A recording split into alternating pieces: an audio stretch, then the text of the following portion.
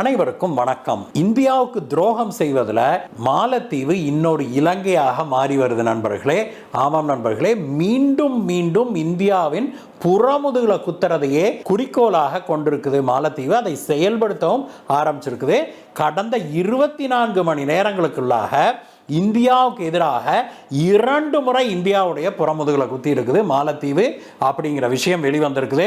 இதற்கு இந்தியா பலமாக திருப்பி அடிச்சிருக்குது அப்படிங்கிற விஷயமும் இப்பொழுது வெளிவந்திருக்கு நண்பர்களே. இந்த மிக முக்கியமான விஷயத்தை பற்றி தான் இன்னைக்கு பார்க்குறோம் நண்பர்களே. வாங்க.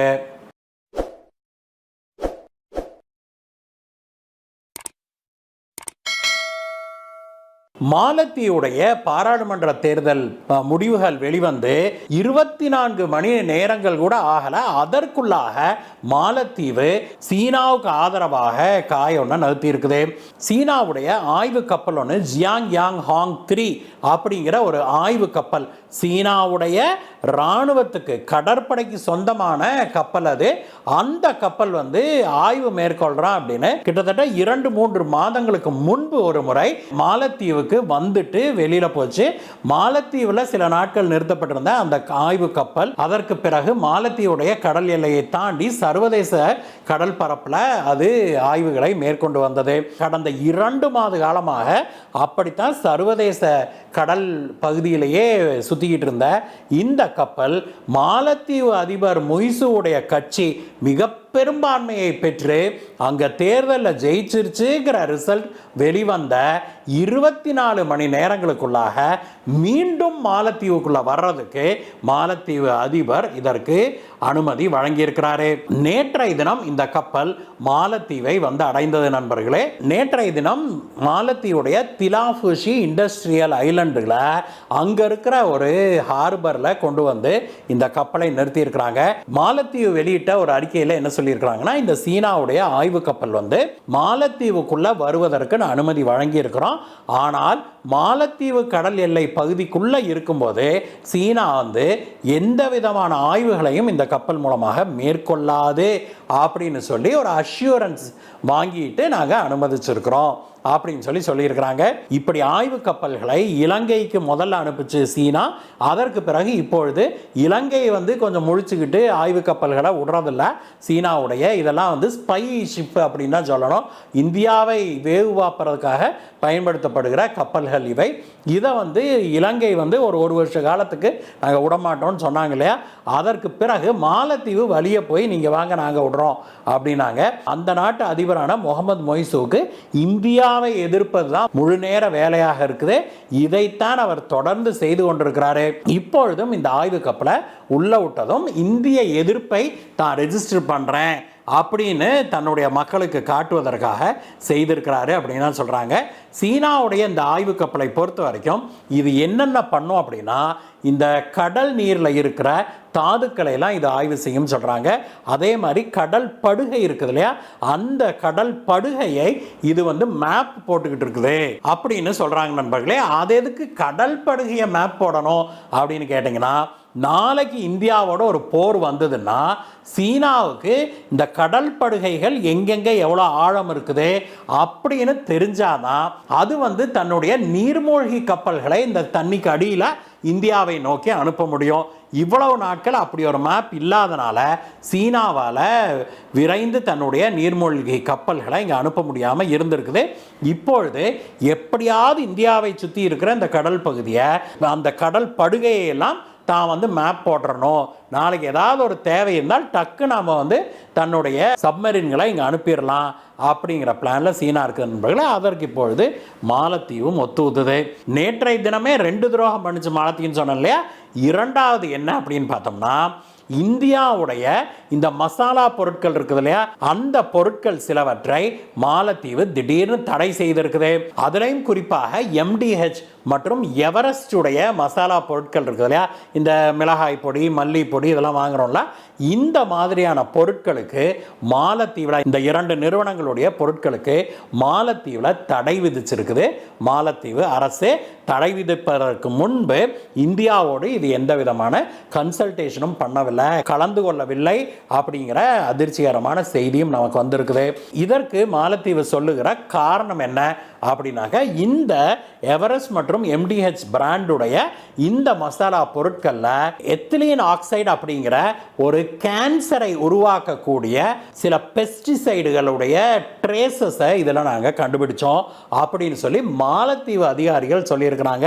அதை வந்து இவங்களே ஆராய்ச்சி பண்ணி கண்டுபிடிச்சோம்னு சொல்லியிருக்கிறாங்க. அது மட்டும் இல்லாமல் இவங்க என்ன மேற்கோள் காட்டுறாங்கன்னா, இதற்கு முன்பு சிங்கப்பூரும் ஹாங்காங்கும் இதே பொருட்களுக்கு தடை விதிச்சிருக்கிறாங்க, அவங்களும் வந்து இதே காரணத்தை சொல்லி தடை விதிச்சிருக்கிறாங்க அப்படின்னு அதையும் மேற்கோள் காட்டி தாங்களும் வந்து தடை விதிச்சிருக்கிறோம் அப்படின்னு சொல்லியிருக்கிறாங்க. இந்த MDH மற்றும் எவரெஸ்ட் பொருட்களுக்கு தடை விதித்த 3வது நாடு இந்த மாலத்தீவு அப்படிங்கிறத நாம் தெரிஞ்சுக்கணும்.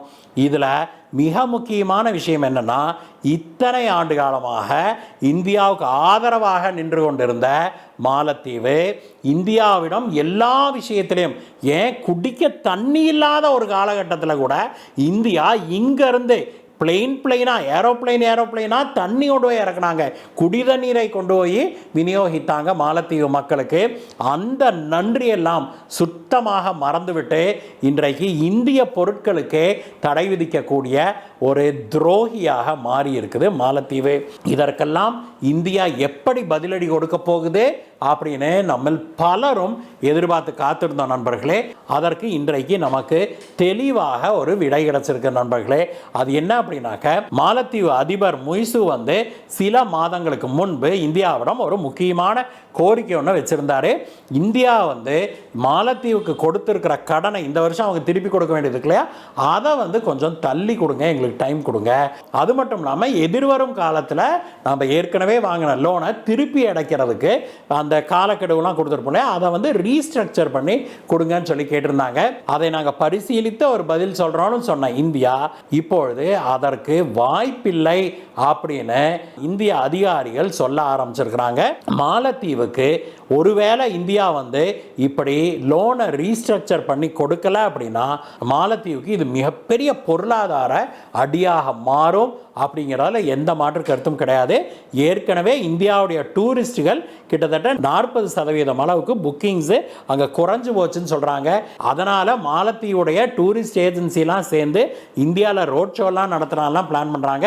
அப்பொழுதும் கூட நாமெல்லாம் இனிமேல் மாலத்தீவில் இந்தியாவுக்கு துரோகம் இழைக்கிற மாலத்தீவில் இந்தியாவை கேவலமாக பேசிய மாலத்தீவுக்குள்ள இந்தியர்களை நாட்டம் பிடிச்சவங்க அப்படின்னு பேசின அந்த மாலத்தீவுக்குள்ள நம்மை போன்ற உண்மையான தேசபக்தர்கள் யாருமே இனிமேல் மாலத்தீவில் கால் எடுத்து கூட வைக்க மாட்டோம் அப்படின்னு நாம் உறுதியாக இருக்கிறோம். அதே சமயத்தில் நீங்கள் ரூமர்லாம் கேள்விப்பட்டிருப்பீங்க, நம்ம சில தலைகள்லாம் வந்து மாலத்தீவுக்கு போகலான்லாம் பிளான் பண்ணியிருக்கிறாங்க.